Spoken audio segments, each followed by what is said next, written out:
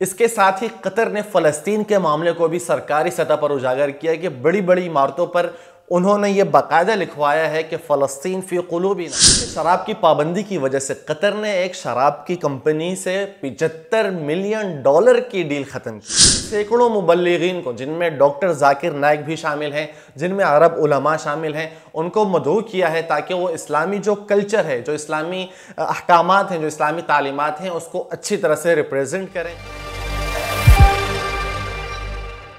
अस्सलाम वालेकुम वरहमतुल्लाहि वबरकातुहू। मैं हूं जमाल जामी और आप देख रहे हैं अल्फाज़ जामी। नाज़रीन, स्पोर्ट्स की दुनिया का सबसे बड़ा इवेंट कहलाता है फीफा वर्ल्ड कप का इवेंट, और ये इवेंट इस बार यानी 2022 में मुनाकिद हो रहा है कतर में, जो कि एक इस्लामी मुल्क है। कतर ने जहां शायकीन फुटबॉल के लिए तरह तरह के इंतजाम किए हैं, महंगे तरीन स्टेडियम्स बनाए हैं, उनके लिए तरह तरह की फैसिलिटीज़ उन्हें मुहैया की हैं, वहीं पर कतर ने अपने अक़दार और अपनी रिवायात को महफूज करते हुए उसको प्रमोट करने के लिए उन्होंने तरह तरह के इक़दाम किए हैं। आज की वीडियो में हम उन्हीं इक़दाम पर बात करेंगे जो कतर ने पूरी दुनिया में अपने कल्चर को, जो कि दर हकीकत एक इस्लामिक कल्चर है, उसे प्रमोट करने के लिए उसूल तय किए हैं और दुनिया से ये मुतालबा किया है कि जिस तरह कतर पूरे दुनिया के मज़ाहिब की, तहज़ीब की, रिवायात की कदर करता है, उसी तरह तमाम तहज़ीबों को इस बात का पाबंद किया है कि वो कतर की तहज़ीब की कदर करें और उसको फॉलो करें।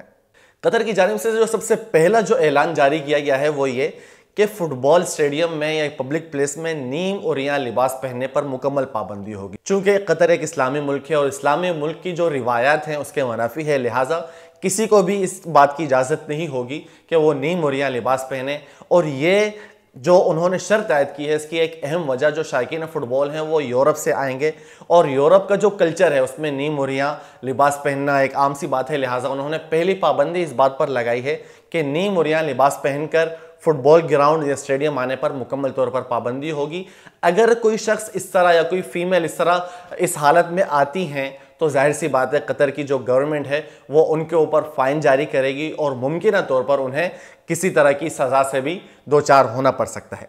दूसरी बात जो उन्होंने जारी की वो ये कि शराब और अल्कोहल पर मुकम्मल तौर पर पाबंदी होगी। अगर पब्लिक प्लेस में कोई शख्स शराब पीता हुआ या बेचता हुआ नजर आएगा तो कानून हरकत में आएगा और उस शख्स को जुर्माना भी उस पर आयद किया जाएगा और कानून के तहत उसको सजा दी जाएगी। याद रहे कि शराब की पाबंदी की वजह से कतर ने एक शराब की कंपनी से $75 मिलियन की डील ख़त्म की है। अगर कतर चाहता, अपने इस इक़दार को या अपनी इस रिवायत को पीछे रखता, तो हो सकता है कि वो $75 मिलियन की बचत या इन्वेस्टमेंट कर सकता था, लेकिन अपने इक़दार की हिफाजत की उन्होंने, रिवायात की हिफाजत की और उन्होंने इस डील को ख़त्म कर दिया है। जैसा कि आमतौर पे हम देखते हैं कि बड़े बड़े जो इवेंट्स होते हैं उसमें जो बड़ी बड़ी कंपनीज़ होती हैं वो स्पॉन्सर करती हैं, तो कतर को भी ये ऑफ़र मिली $75 मिलियन की, लेकिन कतर इस डील को, इस ऑफ़र को ठुकरा चुका है, जो कि बहैसियत मुसलमान और बहैसियत एक इस्लामी मुल्क के बहुत ही काबिल फ़ख्र बात है। इसके अलावा ड्रग्स पर मुकम्मल तौर पर पाबंदी होगी, यानी कोई भी नशावर अशिया का इस्तेमाल अगर कोई भी शख्स करता हुआ नजर आएगा तो उसको सज़ा से दो चार होना पड़ सकता है और उसके ऊपर जुर्माना आयद किया जाएगा। और इसके साथ ही इलेक्ट्रॉनिक सिगरेट्स पर या दीगर जो भी ऐसी मुज़िर सेहत अशिया हैं उनका इस्तेमाल करता हुआ अगर कोई शख्स पाया जाएगा तो उसके ऊपर भी फ़ाइन जारी किया जाएगा कतर गवर्नमेंट की तरफ से। इसी तरह फहाशी पर या किसी भी तरह के जिनसी अमल पर मुकम्मल तौर पर पाबंदी होगी। चूँकि कतर, जैसा कि आपको बताया गया, कतर का एक मखसूस कल्चर है जो कि इस्लामी कल्चर है। उन्होंने कहा है कि इस कल्चर को फॉलो करना हर शख्स के लिए ज़रूरी है। हम आपके कल्चर की इज़्ज़त करते हैं, लेकिन आपने कतर के अंदर रहते हुए हमारे कल्चर को फॉलो करना है। अगर आप हमारे कल्चर के ख़िलाफ़ चलेंगे तो आपके खिलाफ कानून हरकत में आएगा। इसी तरह दुनिया भर में चंद ऐसी तंजीमें हैं कि जो मनफी चीज़ों को प्रोमोट करती हैं, जैसे LGBT है, इसी तरह चंद दीगर तंजीमें हैं, या फिर हम इसराइली तंजीमात को ले लें तो ऐसी तमाम तंजीमों पर पाबंदी होगी जो किसी भी तरह से नेगेटिव चीज़ को प्रोमोट करने वाली हैं, या फिर वो इसराइल की हिमायत करने वाली हैं, या किसी तरह से भी वो इंसानी जो अक़दार हैं, इंसानी अखलाकियात के ख़िलाफ़ होंगी, तो उसके ऊपर मुकम्मल तौर पर पाबंदी होगी। अगर कोई शख्स ऐसी चीज़ों को प्रमोट करता हुआ नज़र आएगा या फिर ऐसे झंडे लेकर आएगा तो उस शख्स के खिलाफ भी कानून जो है वो हरकत में आएगा। साथ ही खुश आइन बात यह है कि चूंकि कतर एक इस्लामी मुल्क है तो उन्होंने दुनिया भर से सैकड़ों मुबल्लिगीन को, जिनमें डॉक्टर जाकिर नाइक भी शामिल हैं,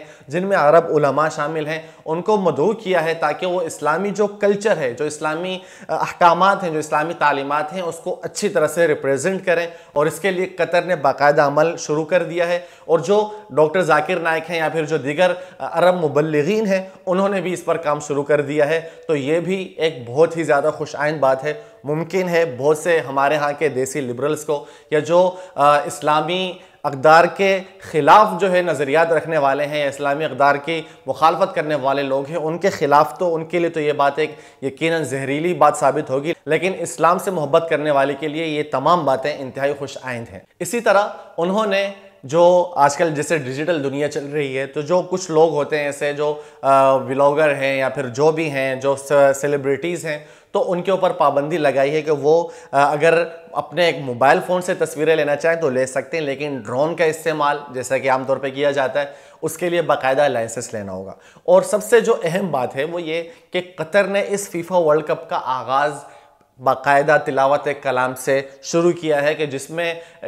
हॉलीवुड के एक बहुत बड़े एक्टर हैं वो भी उसमें मौजूद थे और बहुत ही अनोखे अंदाज में उन्होंने इस इवेंट का आगाज़ किया है। तो ये तमाम बातें हैसियत मुसलमान हम सब के लिए काबिल फ़ख्र हैं और दुआ है कि कतर को अल्लाह तबारक व तआला इस्लामी जो अक़दार और रिवायात हैं और इस्लाम का जो हकीकी चेहरा उसको अच्छी तरह से दुनिया के सामने लाने की तौफ़ीक़ अता फ़रमाए। और साथ ही एक बात जो बहुत ज़्यादा अहम है वो ये कि इस फीफा वर्ल्ड कप का जो एक अहम मकसद बतलाया जा रहा है वो ये कि किसी तरह से इस्लामी कल्चर को और यूरोपियन कल्चर को करीब लाया जाए। अब जैसा कि लाखों की तादाद में यूरोप से या फिर दुनिया के मुख्तलिफ खित्तों से जब लोग आएंगे वो इस्लामिक कल्चर को करीब से देखेंगे और फिर इस्लाम को जब अच्छी तरह से रिप्रेजेंट किया जाएगा तो इंशाअल्लाह उम्मीद है कि इसके बहुत अच्छे असरात मुरतब होंगे और इस्लाम एक दफ़ा दोबारा से उन लोगों के दिलों में भी दस्तक देगा कि जो इस्लाम के ख़िलाफ़ तरह तरह के प्रोपेगेंडों का शिकार रहते हैं या सिर्फ मीडिया की बातों में आकर वो इस्लाम को खुदा न खासा किसी भी तरह से नेगेटिवली लेते हैं। इसके साथ ही कतर ने फ़लस्तीन के मामले को भी सरकारी सतह पर उजागर किया कि बड़ी बड़ी इमारतों पर